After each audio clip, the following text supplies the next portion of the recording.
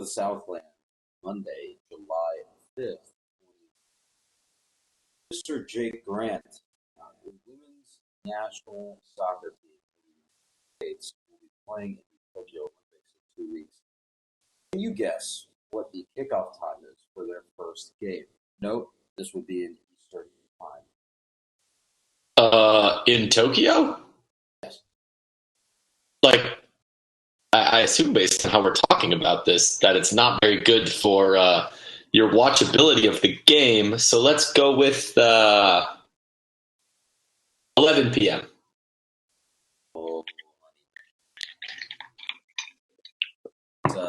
You're cold. Go a little later. 3 a.m. Closer, warmer. A little bit. 5 a.m. A little colder. The other direction. 1 a.m. No. 4:30. 4:30 a.m. Eastern. Oh, that's terrible. It's smack dab in the middle of I've stayed up too long and I'm up too early. This is what I would describe 4:30 a.m. It is quite possibly the least optimal time to have that app. Yep. So it's either wake up absurdly early before the sun rises, or watch it on tape delay. I'm a guess that you're going to watch on tape delay because even you are not crazy enough to get up that early to watch that game. I've done some stupid things. You have? Not that I know of. No, this is one thing we'll evaluate as it goes. We're always evolving. We're always competing. Just one step on the road. This is why you should never meet your heroes, kids. I'm full of coach speak. I am full of coach speak. Speaking of coach speak, we have a lot of boss of coaches items to talk about today. Wouldn't you say? It seems to be the admin week, if anything. I mean, boss of coaches, athletic director, it made sense in my head. I'll never fault you for a transition mediocrely done, considering I can't do much better. So, yeah. See, this is all part of the bit, right? It's all part of the dichotomy. Oh yeah, this is why people pay us money to listen to this podcast. Absolutely. Subscribe on Patreon. Anyway. What Patreon? News items. It says football kicked off a rowdy 4th of July with 3 commitments. Interior defensive line Gabriel Miles from St. Peter's Prep, New Jersey. 4-star linebacker Kyle Everett, 3-star from Dacula, Georgia. Dacula. And tight end Nate Kariski, a 3-star from Gonzaga High School in Washington, D.C. Surprised to see that is not the state of Washington. And then just for context, how this puts together the class overall, or how this shapes the class together overall. The class as a whole is back up to 25th in the 24/7 composite with 11 units.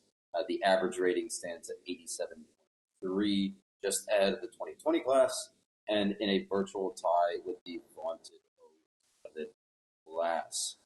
How are we feeling? I know you're not a recruiting expert, but I assume you have a thought, at least. I have a hot take that you might not like, so we're going to roll with it. The commitment graphic, I cannot remember if it was effort or miles. I think it was miles. Miles, if I remember your comment. I am a noted hater, open hater of the Black Watch jersey. Incredibly open hater. Let's not sell yourself short here. But that graphic was very slick. Boo.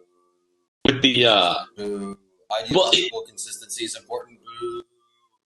It leads into my next take. Navy's an accent color, but like a midnight blue navy.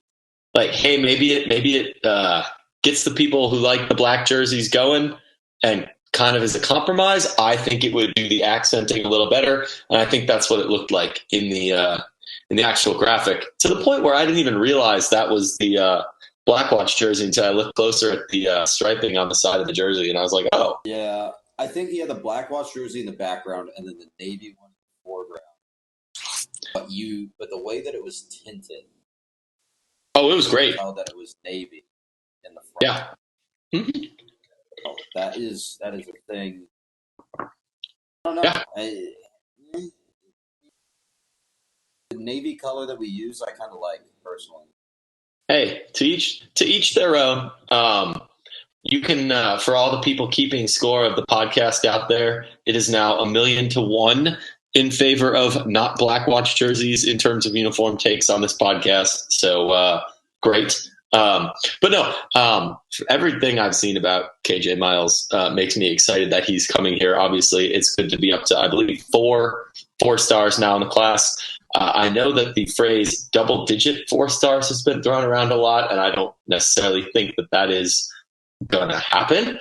But clearly the numbers don't lie. This is a pretty talented class. And if I recall correctly as well, we're punching above our weight in terms of average star ranking on the old recruiting class. So, it's one thing to be 25th, whatnot in the country. But if you're getting the talent in the door at a high efficiency, if you will, instead of just taking lots and lots of numbers, I think that's a good way to go about getting in 25th. So I like it.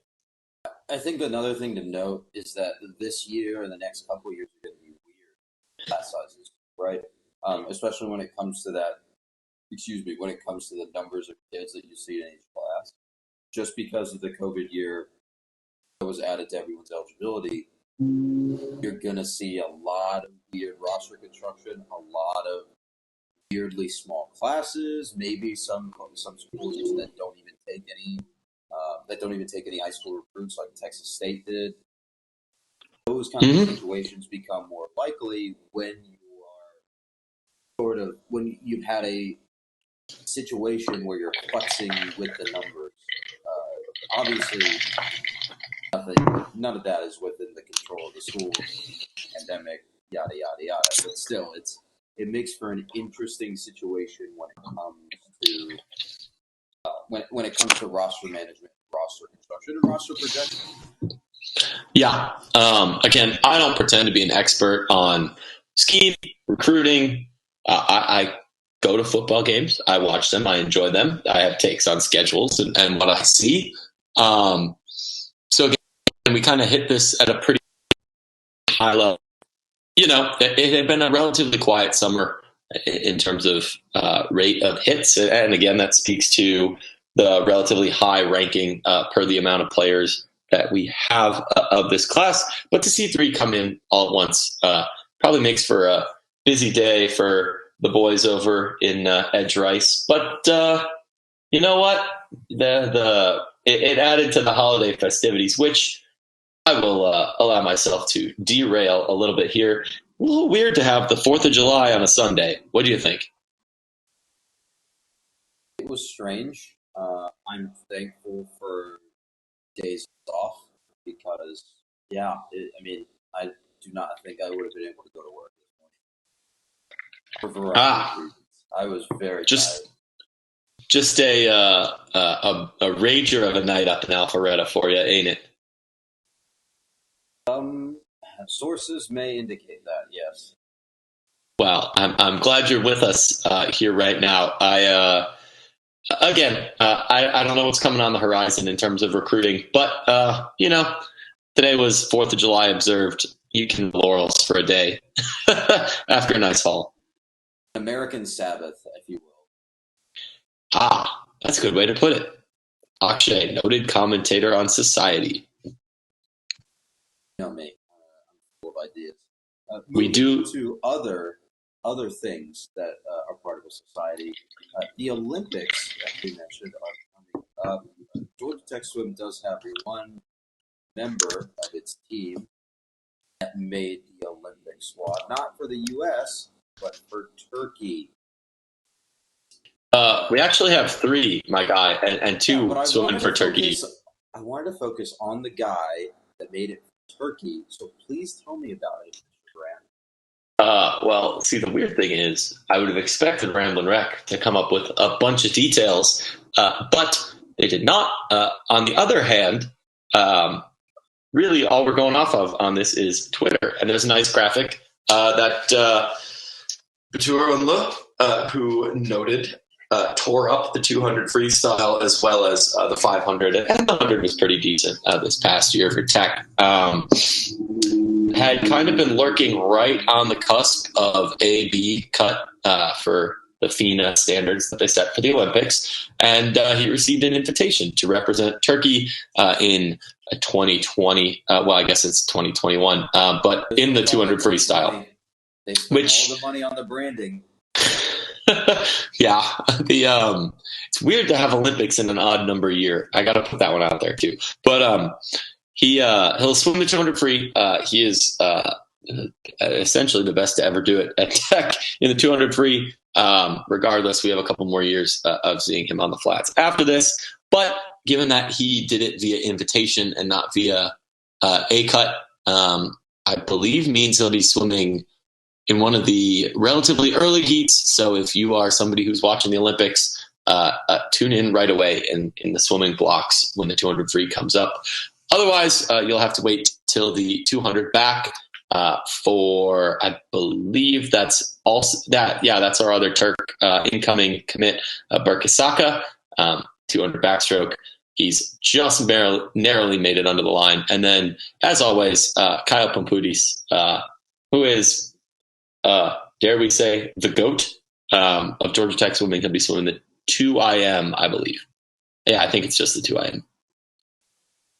Okay. Yeah. See, I forgot that we had 2 others, but I also wanted to focus on the 3rd member of Georgia Tech swimming to make the Olympics. Does that make sense? Oh, yeah. All of this makes sense. All of this was actually planned. Me forgetting was planned. The whole bit. I mean, on Saka, you definitely have an excuse. That's probably a name. I don't think we've talked about him yet, but he's pretty good. We have. Oh, okay. Well, anyways, I believe Kyle also doesn't graduate till 2022. So all 3 of these dudes will be, I was going to say lacing it up for Tech next year, but I don't think that's a good way to describe swimming. But, we'll see them in the pool too. Capping it up. Capping it up. Yes, let's go with that. That is a nice, not weird way to put that. Yes, let's ride. Perfect.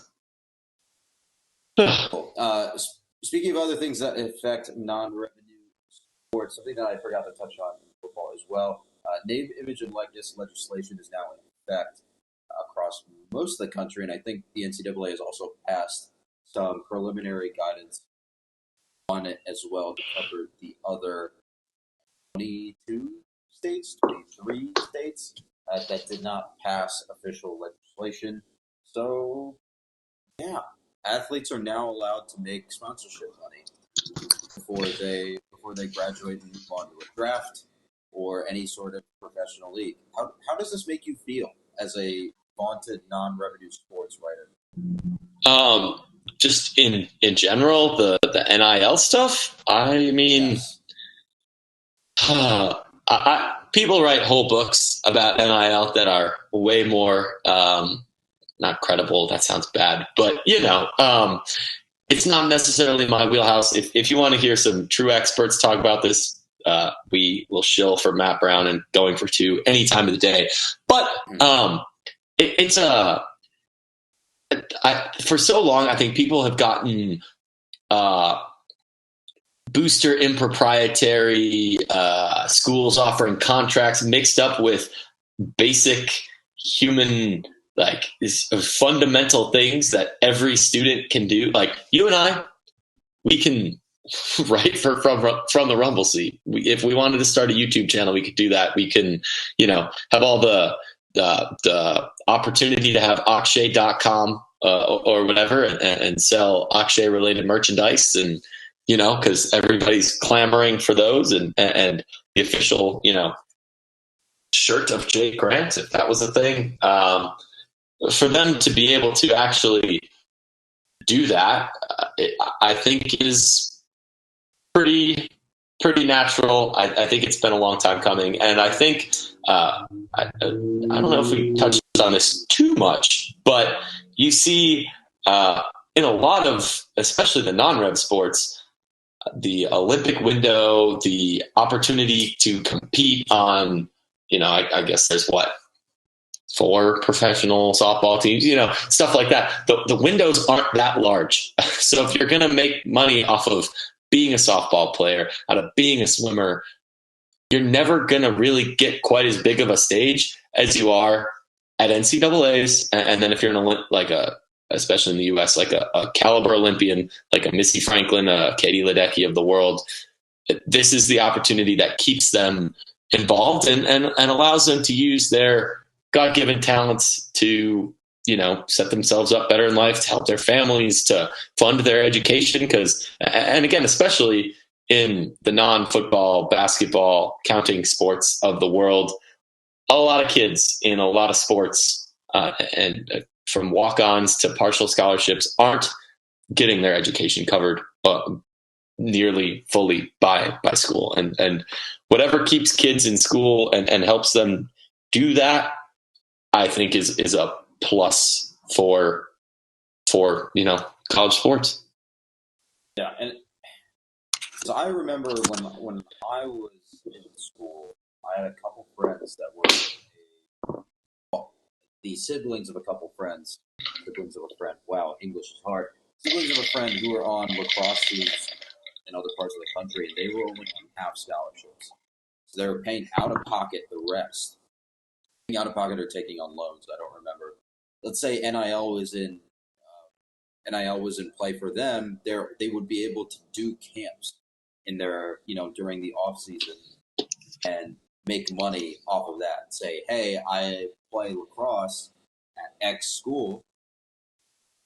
I'm willing, and I play at a high level, D1 program. I can teach your kid how to play lacrosse. I can give them off-season training, so when they go back to their high school team or their club team or their travel team, they'll be much better. And now that gives these athletes, regardless of sports, it doesn't have to be lacrosse; it can be softball.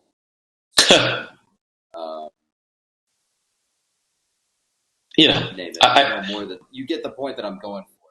It's late at night for over here that we're recording this. He says at 9 p.m. Eastern.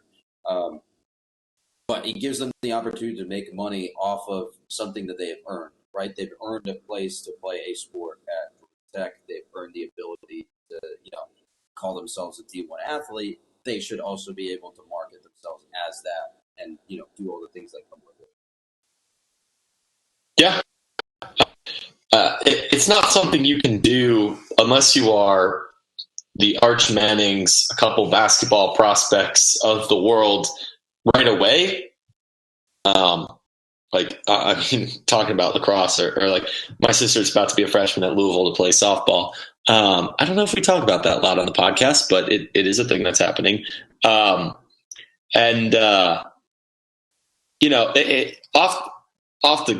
the gate, partial scholarship, whatever. But it's not like all of these kids are now suddenly inking 6-figure sponsorship out the wazoo. It's just the opportunity that the door's there in the event that, you can get, a job or just these freelance or self-run entities. And tying it into the latest podcast, it's great that now I think there's even more of an incentive for people to take advantage of these resources that you have through the schools or through the athletic departments that are, hey, here's how you manage your money responsibly. Here's how you build your brand. There's all this incentive to do, I think, a lot of good with this that I think got, brushed under the rug for a long time. And I'm not saying that to judge other people either, because there was, when I was less informed as to exactly what this meant, if you would have asked me 2 years ago, I'd probably been like, ooh, that sounds dirty. Amateurism. but I think this is definitely a gray area, and you can see that in how much of a bipartisan unifying effect that this has on a lot of different folks with a lot of different backgrounds and opinions. Oh yeah, there is nothing that unifies people better or more effectively than hatred of the NCAA. It's really fun.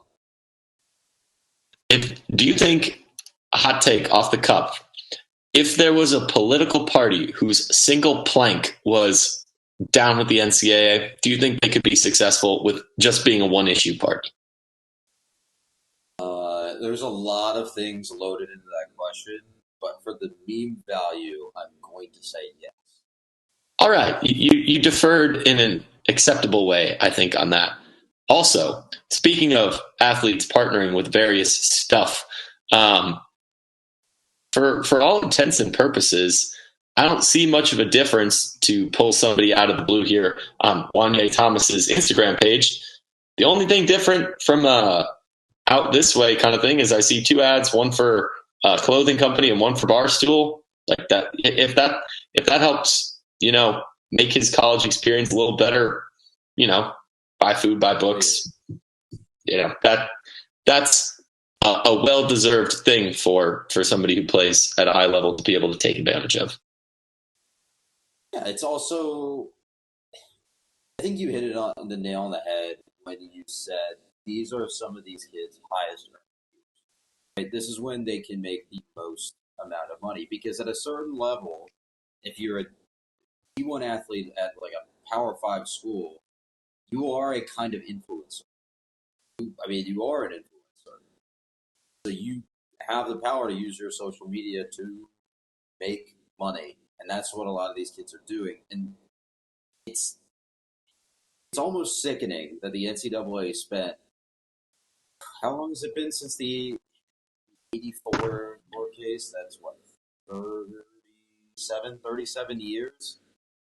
Having this as a main plank of, it's amateurism, using the specter of, what is, I don't know, man, amateurism has been a sham for decades now. You're starting to see the building blocks of people more mainstream than us realizing that. Yeah. I don't think you're wrong at all. But there is one very important consideration here that I think should be rectified immediately. And if anybody listening to this would like to tweet at me about this, I will gladly retweet any support I can get on this issue eagerly and with great vigor. The 2009 ACC Football Championship should be reinstated immediately.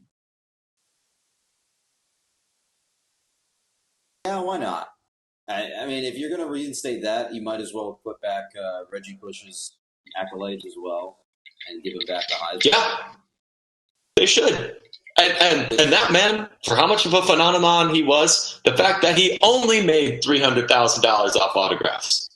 He could have made plenty more than that. He made so in a completely above board, a completely above board manner too. Like, it's not like it was, he's selling them on the black market. No, he's just signing autographs, man. That guy could have made. It's his name. Could have made so it's a shame. much money. Do you remember how big of an athlete Reggie Bush was in 05, 06? Well, I guess you don't. You were a child. But, think about it. Reggie Bush and Vince Young making so much money off of their autographs, off of pictures, all this sort of stuff, especially when both of them were competing at the highest levels. And then it just makes their careers in the NFL flaming out all the more kind of sad, right? Because they they effectively could have maximized that earning potential in college. And that's just not a thing that they got to do. Yeah, Well, especially with people who, I guess, peak in college. Like, imagine being Johnny Manziel for a moment, as unimaginable as that is to the yous and me's of the world. But like, he was much more of a phenomenon as a college player than he was in the NFL. Am I right or am I wrong? Yes, because Johnny Manziel is the definition of a diva, for better or for worse. Yeah, I mean, I don't know. It's just a shame. I think like that it waited this long. But the flip side of that coin, that it took out, NCAA football with it or whatever. But we're past it. Like, yes, this now just hand waves away everything I just said and everything you just said. But you know what? You can't change the past. Well, except you can give Reggie back his Heisman Trophy. Yes, absolutely change NCAA record books, but I get the point. Like, you can't go relitigate their earning potential, right? Like that, it's gone. But I think the fact of the matter is, like you're saying, now the opportunity is there for Spencer Rattler and the new quarterback at Clemson, whose name is too hard to pronounce, DJ, Big Cinco or whatever they're calling it, and some of these other guys. Not just even on the football side, right? I think this is going to be huge for, like, I introduced this as being huge for non-rev athletes. And especially with the influencing side of this, the first couple of deals that we saw were massive. There were Fresno State women's basketball players signing with Boost Mobile. Right? So good for them. There's opportunity for them. That even for previously underserved markets. Like people, like programs that would not have bagmen now have bagmen. They're just above board. Yeah. Also, I'm about to break open another hot take reinstatement. Two of them, actually. Ohio State autograph signing. Except that's a little more dirty because they sold some stuff, so don't attack me on that. And some of the Georgia Tech basketball little dealio that happened with Todrick and Josh Okogie. Yeah, so much. It just shows. It just shows how much of the like house of cards that a lot of this like NCAA big bad, enforcement is. And granted, it's not like they could like openly endorse Ron Bell or whatever that whole ridiculous saga was. But at the end of the day, it's a tough bridge for me to cross if Georgia Tech is going to be out here, say, oh, we have inked a 4-year contract with big high school recruit or top of his room and board, cost of expenses, tuition, normal student things. Like just paying them petty cash or like a contract. That's a lot for me who saw a lot of value in his Georgia Tech education, and I get that it's different. I had to pay for it, right? Yeah. An out-of-state guy. I get that it's different. I get football's different, but to an extent, you get really. There's a reason that the 40-year decision thing is such a meme. It's because Georgia Tech changes your life, and getting that for free is not nothing. And that's something that did hold me back a long time because people did act like getting a free education was nothing. Like, oh, you're basically screwed. That's why so much of this is gray area. And all they've done is move the Overton window to a place that I think makes reasonable things more acceptable and mainstreamed. Yeah, I don't think we're going to get to the point where schools are straight up cutting checks to players. That's mostly rooted in fact. I don't think that's really an opinion at this point. I think if you're seeing schools cutting checks to players, it's probably going to be something along the lines of, oh, the Power Five is split away. They basically said to some sort of marketing or sports management entity, hey, here's our 65 brands, run a single entity sports league, football league, because it's going to be football. Run a single entity sports football league with our brands for each team, and run all of the contracts through there, and then have the NCAA beer clearinghouse. Yeah, That's more realistic than having each school cut a football player, a basketball player, a check. yeah, Honestly, that entire scenario sounds pretty realistic. yeah. I agree. It's just, we're in a brave new world. Anyone who says that they know how this is going to happen just doesn't. Yeah, no one really knows what happens from here. I think it's once the money starts getting involved in places where it hasn't been for a long time, it changes the dynamics of how sport works. Yep. And that's now starting.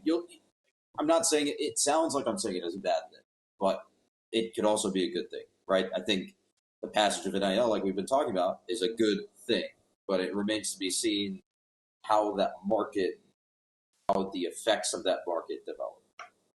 Yep. And that's just something that's going to have to come with time, I guess. Yeah. Speaking of something that's more current, do you want to talk about Georgia Tech's Directors Cup finish? Sure. Got some takes on that too. Oh boy. For those who don't know, Georgia Tech, the Directors Cup is a prize given to the top athletic department based on every year. Texas this year, but the top athletic department based on basically a composite of finishes at various rankings.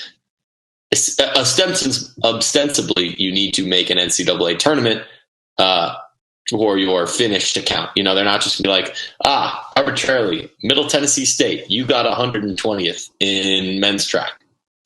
Is that anywhere close to what actually happened? I have no clue. But, they're not just like doing it off of that. Having more sports gives you more opportunities, but also I believe there's a counting cap on how many teams score. So it gives you a little bit more flexibility as well in terms of weighting your finishes. Georgia Tech, that being said, got 44th as noted, which is historically not a bad finish. It's the best Tech has had since 2004, 2005, and the third best in school history. Granted, this only goes back a handful of decades. It's not like this is topping the random years in 1920 where we'd win every Southeastern championship, but the NCAA didn't really, exist to regulate and enforce championships in sports back then. You get the point that I'm trying to go with here, right? Georgia Tech's highest finish ever, 31st, is 2004, 2005 was 31st. They also tied that in 2003, 2004. Georgia Tech, in its social media and output in the article and stuff, have noted a couple times, Mr. Schwaran, that Georgia Tech and Texas Tech were the only institutions in the top 50 in this year's final standings that have 17 sports or less. Texas Tech finished 43rd, also has 17 like Tech. What's the spin zone on that? Because I think you know my take already here. So the way that I think it's written, the way that I personally think it's written, and the way that it probably was written, is that look at us, we're out here doing things, and we're not just doing them because of the volume of sports that we have. We only have so few, and we are still doing them. I really, honestly, truly think that is the perspective from which it was written. I don't disagree. However, I do think that is unintended commentary on the not prolificness, but the holistic or broad-basedness, that's not a word, but it is now, of our athletic department. And that's a historic thing based on money, on being in the Southeast, on being for a long time primarily men's school. Like, there's a lot of factors that have made Georgia Tech a relatively narrowly focused athletic department. Like, yes, 17 sports sounds like a lot, but most of these teams that have it's basically 13, because cross country and track combo for 6 sports right there, but point being, to have an athletic department that sees a Director's Cup win, you're going to have 25 plus teams. That's 8 more than Tech off the bat. And I'm not saying that directly correlates to prestige or success. A lot of it has to do with just inherent wealth of programs, of historic access to things like that. Like, Georgia Tech's not going to start a lacrosse team in the middle of Georgia in 1960. Like, it just wasn't going to happen, But that being said, there's a reason that we look at like a UNC and be like, gosh, they're winning all these titles, Duke. Oh, they're winning all these conference titles. It's because they have a lot more opportunities to do that. So at the end of the day, yes, it is hey, we had a lot of success. But it's, hey, we had a lot of success with what we had.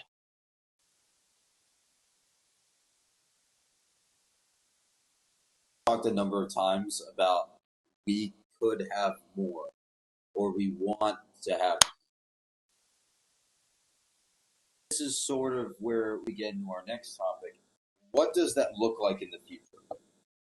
How does this program continue to build to higher and higher and higher Director's Cup finishes? Because we sat here 2 or 3 years ago doing one of these episodes immediately after a June 2018 podcast, sort of lamenting that was bad the state of the athletic department, because every team more or less had underperformed in some way. Mm-hmm. What do the next 10 years look like? What does the future of the program, what are the areas for growth that they want to focus on, and how does that lead to success? How does that lead to success measured by higher and higher and higher Director's Cup finishes? And I think we got some answers in that department with the release of the athletic department's new 10-year plan. Yes, I agree. I'm not going to shoot down the segue. I am going to bounce one more time, and then I'll roll into that.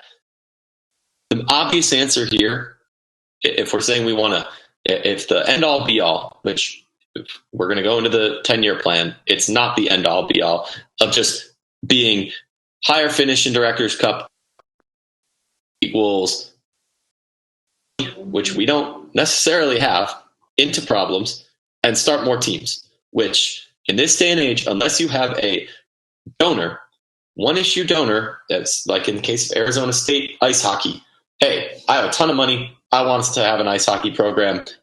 Here's a blank check. Or, hey, we're finally going to pay attention, or someone is finally suing us because we don't pay attention to Title IX issues. Hey, those are the yeah, or Clemson, the old, hey, instead of cutting men's track, we're not only going to not cut men's track, we're going to reinstate like 3 other women's programs. Not reinstate. We're going to make 3 other women's programs. Yeah, of course, women's gymnastics and lacrosse, I believe. Yes.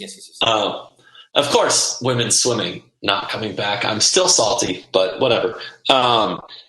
You get the point. The push in athletics is not primarily growth, and especially coming off a pandemic, it is not, hey, Georgia Tech needs to be in the beach volleyball space. Georgia Tech needs to find land and money that we don't have to have a soccer or lacrosse stadium. No. It is, how do we do the best with what we've had? And that's a disheartening thing to hear from a fan base that just went $50 million above a funding goal, or spent the last previous athletic director's tenure being, this is why we can't have X. This is why Coach Johnson can't hire the football staff that he wants because of X. This is why we're hiring this coach instead of that. X, Y, and Z, to be in a new regime and still have ostensibly the same problems. I think finishing 44th does reflect an improvement in that status quo. Even if the problems are the same, we're clearly handling them a little bit better. And I think that speaks to the strategic vision of the department, which seems to be more unified than we've seen in the past. And vision sort of gets more unified here. It gets crystallized here in this plan, right? Yes. Yeah. Well, the funny thing off the top is, I'm pretty sure the vision they state, the we develop the young people who will change the world, I have heard that said by athletics before. You have too, right? I'm not crazy. Oh, absolutely. I'm pretty sure that's at least for the last 5 to 6 to 7 years. That's been like the leading line of the Everyday Champions program. Yeah, and I think maybe they're pivoting it from being Everyday Champions to the rest of the program. But I think there's heart in saying, hey, like, the vision and the mission we have here doesn't necessarily need to change. Obviously, the mission probably did get tweaked a little bit. I did appreciate that the word optimizing was tossed in there because that just seemed a little bit tech speak to me. But, hey, winning in academics in the classroom, in life afterwards and on the field, those seem like reasonable goals to me. They noted the values were teamwork, character, excellence, and innovation. The things that I think buzzword. Sorry. Oh yeah, I have to do that. Obligatory. I say this on this specific strategic document, having spent the last year and a half knee deep in Georgia Tech's own institute document, which we'll get to in a sec, and one for the church I'm involved with as well. Values matter, but also how people read your values matter. So if you just scream buzzword, it's the same as like the church releasing a document that people are like, oh, yeah, that just sounds like a churchy word for the sake of using a churchy word. Like there has to be a clear mission or focus behind that. Like you can't just say excellence and be like, yeah. Mm-hmm. It's the same reason why if you just hear culture, effort, and grit over and over again, that gets a little old if you're not seeing a concrete, like, hey, we actually are putting. It starts to yes. You don't see progress. It's and I bounced this take off of a friend of the program, a friend of the podcast yesterday, but it's the same way that, hey, Coach Passner being a giant lovable dork is super endearing in 2021. After, hey, yeah, that face mask was a little bit ridiculous, but his team showed a lot of heart. They improved a lot, and they won the conference. That reads different than going 8-10 or 6-12 in conference play and not really sniffing the playoffs. That is it is putting concrete effort and concrete results behind something. And I think Georgia Tech athletics has and will continue to show that these 4 values matter. So it's a matter of backing that up. I think we can sort of take that discussion on those values, and I think that sort of guides the areas of strategic focus that they laid out, right? Because when we're talking about excellence, when we're talking about teamwork, you're also sort of leading on from that are some of these principles that they laid out. That's empowering student athletes to thrive academically and graduate in terms of excellence. In terms of excellence, again, compete for ACC and NCAA championships. That's teamwork too. Yeah, that's also teamwork. Talking about excellence and character here, strengthen our culture of well-being, create an environment of holistic learning, et cetera, et cetera.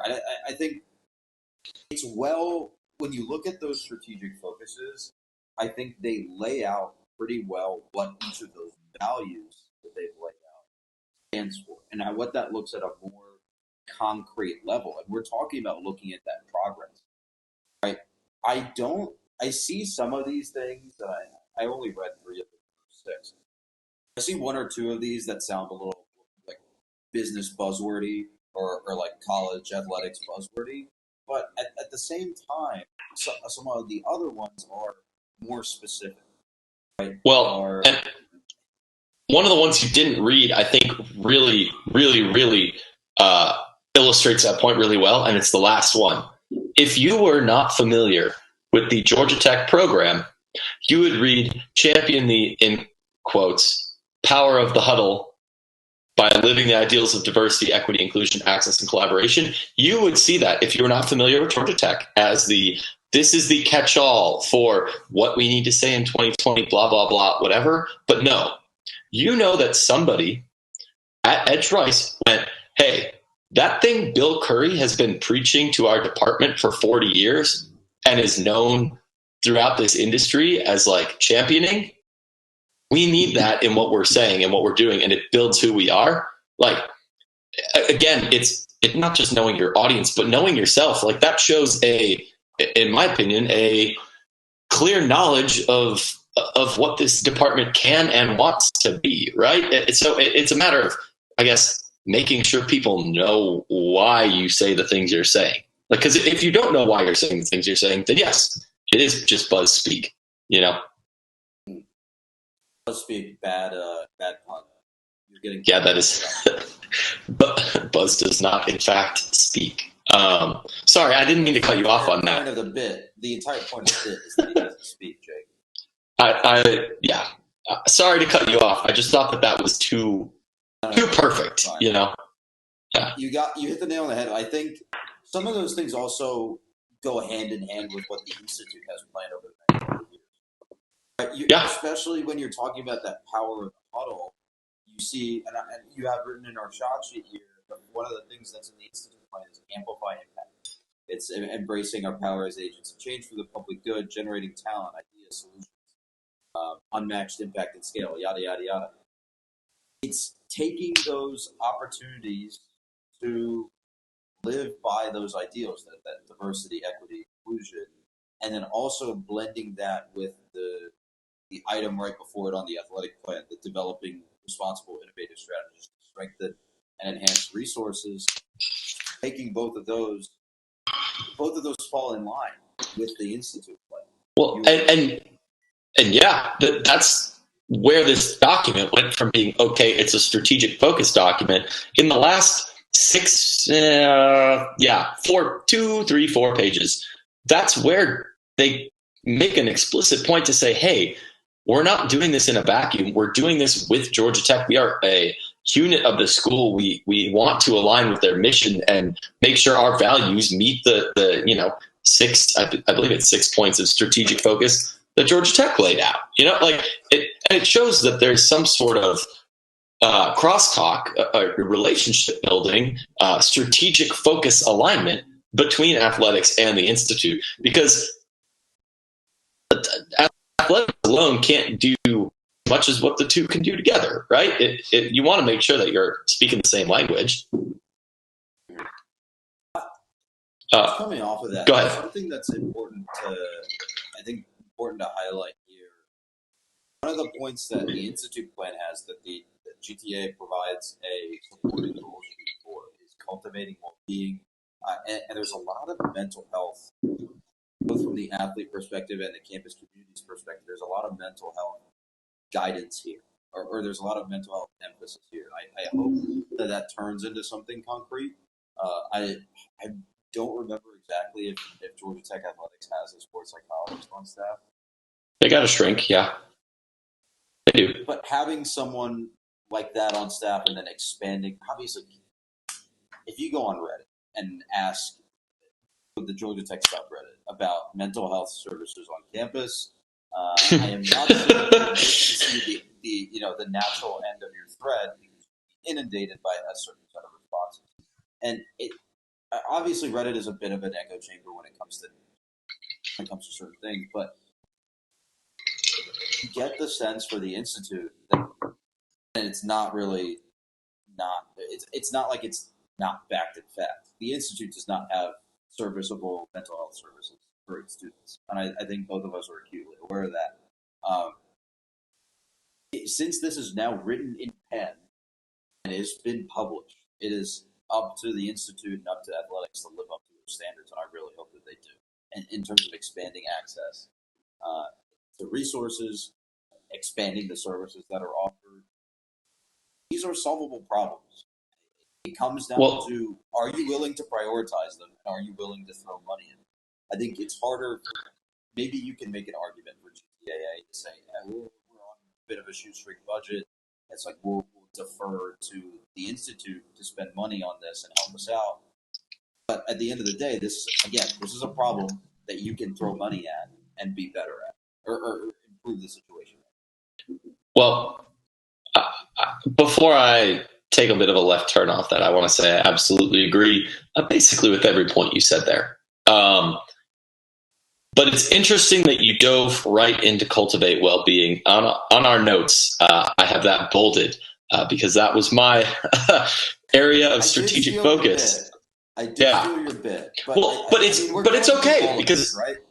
Well, we are. But the reason it's okay is because I was really interested in reading this because their interpretation of what cultivate well-being meant to Georgia Tech athletics didn't. Not saying our opinion, because there's like 20 people on this committee. I'm not going to pretend to speak for all of them because, well, and that's something I did learn working on a giant committee is that many people come in with their own agendas. But my agenda in dealing with cultivate well-being had a lot to do with the physical well-being more than the mental. And there were people who focused on that, and that was great and whatnot. But one thing that I really saw in terms of my own well-being at Georgia Tech was the access I had to physically work out at the CRC, to be on a sports team, just the camaraderie and the social aspect that came with that, with the access, or not so much access, but the opportunity to go to a Georgia Tech athletics sporting event and feel like part of a community. The social aspect on that, and then along with making sure that you're living in a place that is hospitable and having food that is healthy and nourishing and accessible when you need it.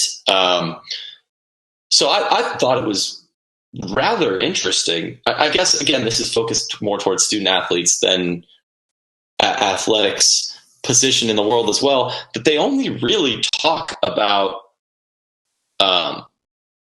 other students and reaching out in the context of the connection globally, inspiring our students and the institute through athletic achievements and using the brand, and then expanding access and ensuring an inclusive game day atmosphere for Yellow Jacket fans. I feel like personally, and a lot of these categories are a little bit vague, and I think you might be able to speak for this too, that a lot of the community you felt on campus, but not a lot of, a good amount, a respectable, notable enough amount, and the fact that we're doing this podcast speaks to it, came from the community we found and relating to each other through other friends, through people we were in classes with, through the power of athletics, right?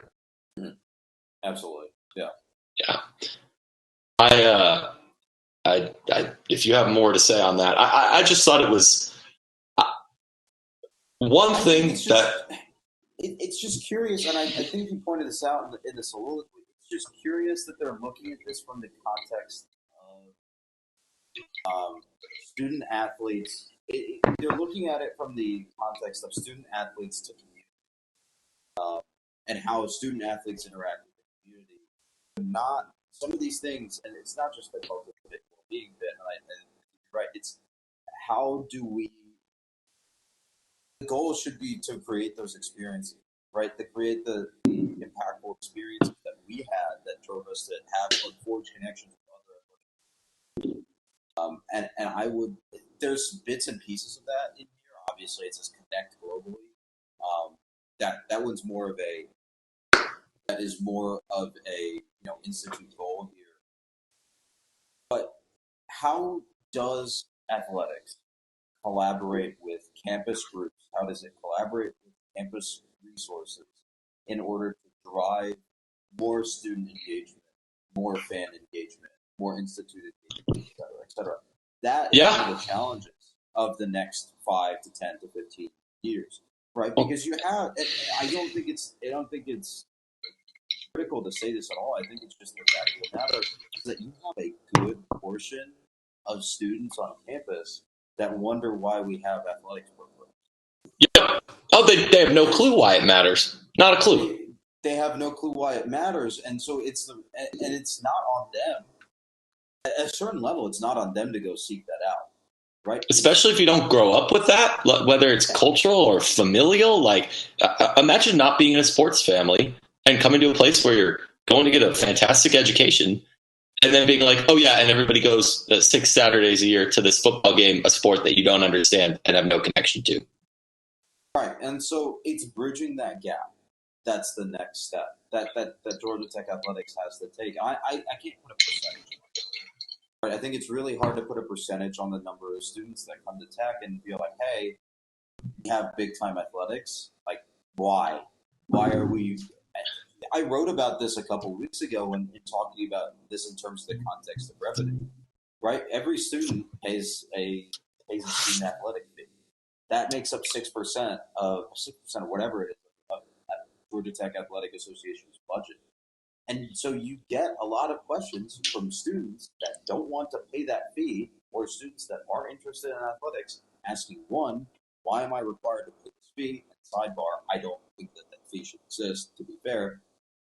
And two, if we're an institution of academics, why are we paying for athletics?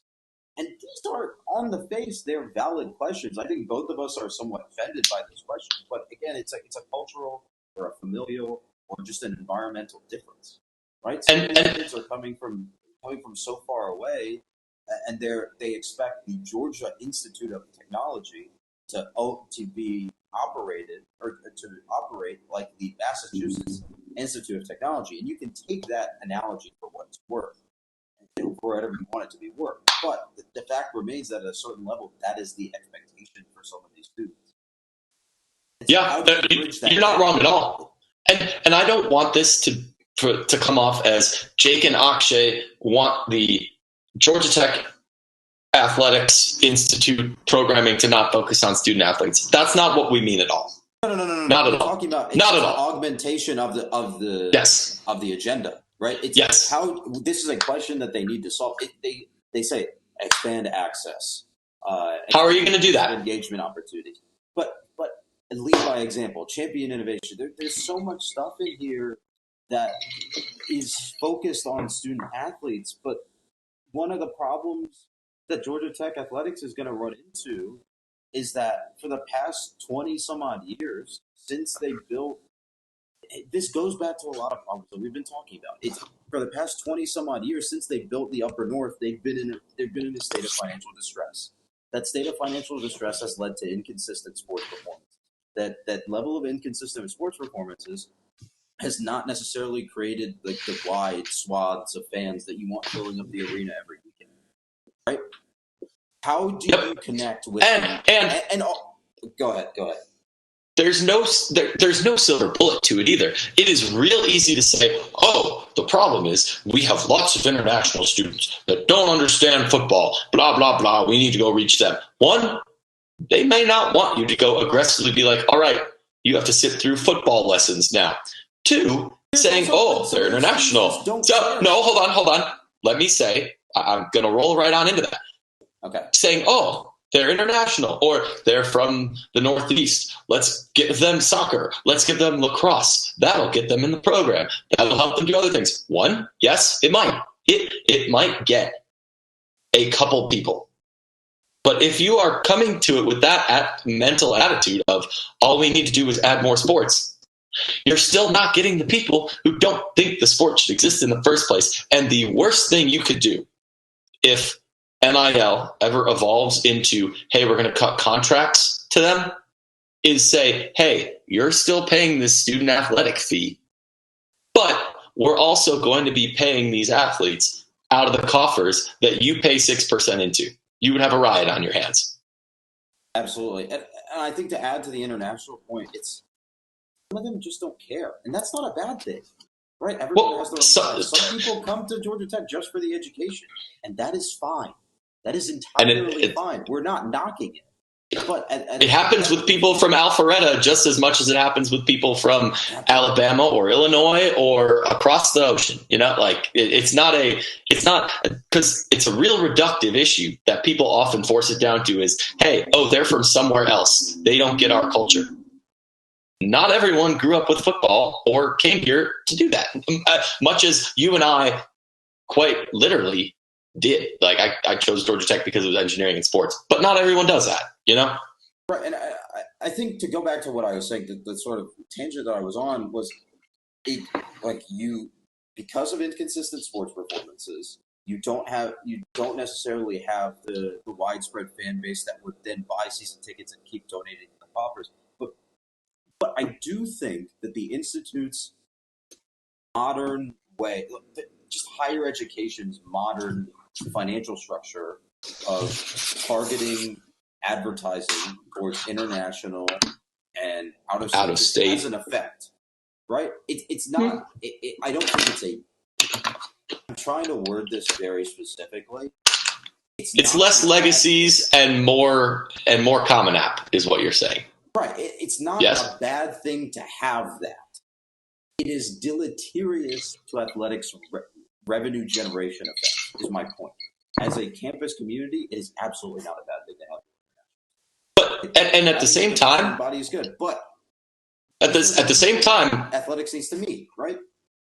Yeah, they need to meet that because it's real easy to paint people like that as a monolith, as they're from far away. They did not grow up in a big American sports family. They're not from the South. They don't get football culture. They're here to do engineering, blah, blah, blah. They're only here because the Common App makes it easy to apply. Hey, newsflash. You are from a family that did not exactly immerse you in American sports, and I applied here because it was on the Common App and it was good at engineering and they had some sports. It's not a monolith you're dealing with here, right? To be that reductive in it is you have to have broad-based appeal and you have to lower boundaries or barriers to access. And in order to do that, you have to meet the students in an open and accepting manner. Hey, this past year, I didn't think I'd be saying this, but I think Yellow Jacket Club did a pretty good job of opening access and stuff like that for COVID year.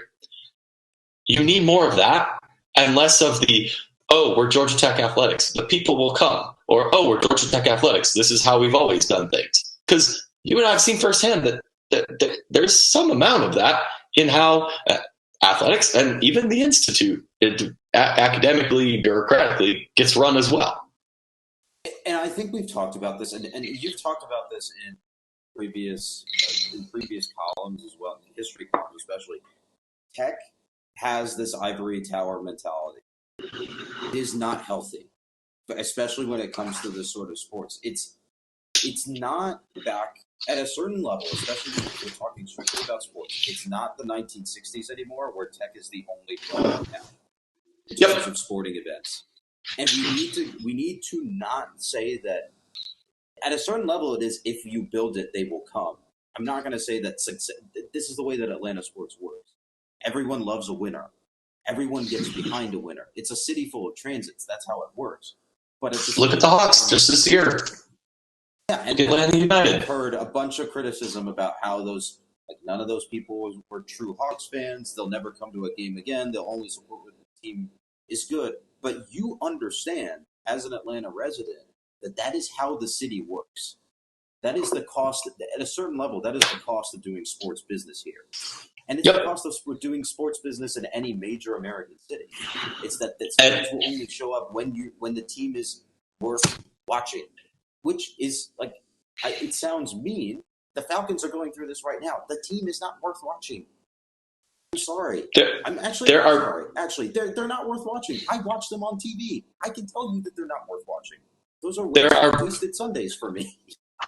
There are very few franchises, programs, schools, individual teams at those schools that can exist with a high level of interest, ticket price, etc., on a year in, year out basis. And a lot of that has to do with a lot of factors that are out of people's controls. And it's a lot of economics.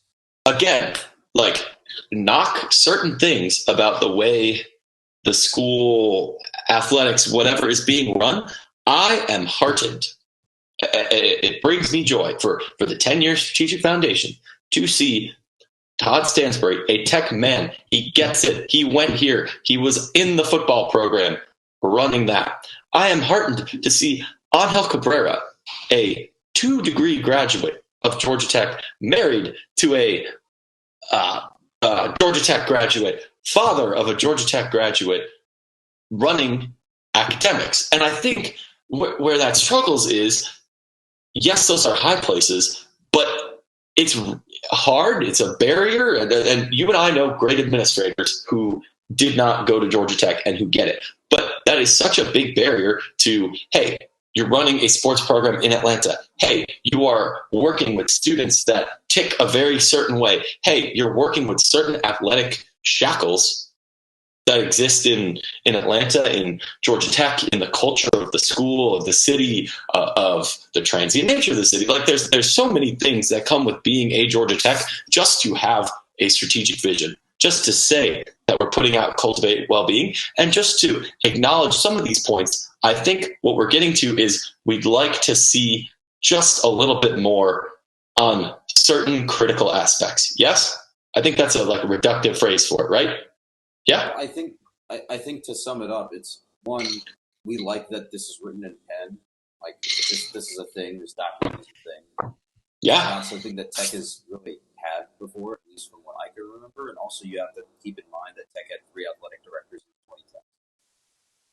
2010. It's a fact of life. That also, that lack of continuity hurts.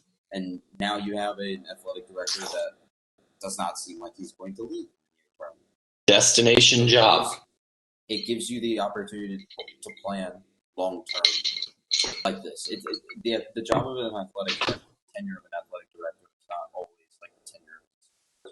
There have only been 13 of those, 14 of those ever at Georgia Tech. Yeah. It's not that many. We had 12 presidents and 12 athletic directors. It's not a historically high turnover role. Right, but athletic director is marginally higher is my point. But yeah, the age of the forever athletic director is gone. That ended a while ago. Yep. I think with Barry Alvarez retiring at Wisconsin, it's done. There are no more just mountains of men at the top of their athletic departments who keep an eye on this, for better or for worse. Again, so to be able to long-term plan like this, I think is a good thing. I think it comes down to, one, we want to see what Georgia Tech is doing to cross over existing barriers in terms of Atlanta culture and in terms of campus culture, specifically around people that don't think that, one, a high-level institution should have an athletic program, high-level academic institution should have an athletic program, and two, in a city that traditionally does not support non-winners or inconsistent winners, I think is a more friendly way of saying that. What are your goals? And these are things that we can track. We can come around here at the end of every athletic year, NCAA athletic year, and talk about these, because I think it's important that there's someone, regardless of whether it's us, regardless of whether it's someone in the athletic department, keeps people honest, because this is good. Now let's take this and put it into action. Yeah, you put it well. Oh, that was a lot of talking, a lot of emotions. I think we had a good vent session about the current state of GT athletics there, but it was productive. I would agree. We made it. We made it through the discussion. We realized that this was going to be the bulk of the episode. I think it was a good conversation. I'm glad that we had it. glad that we got to share. Probably could have kept going, but I like where we left it. I think, this isn't the recap of the episode, but if people listening would like to hear more thoughts or would like to share opinions, as always, we still got July, so we're flexible. We keep saying we're going to get to these previews, but this kind of dropped into our laps, and it was pretty much prime podcast fodder, so. I think that's the first message I sent to you was podcast in all caps with spaces in between the letters. Yes, it was. I vividly recall. Yeah, I don't have anything else to add on this. How about you? That's it. That's done. All right, well, I think that's it for us this week. I guess stay tuned for some sort of recap or preview next week of a sport. Yeah. Maybe? Question mark? Hopefully. We got to say something. At some point. See y'all later.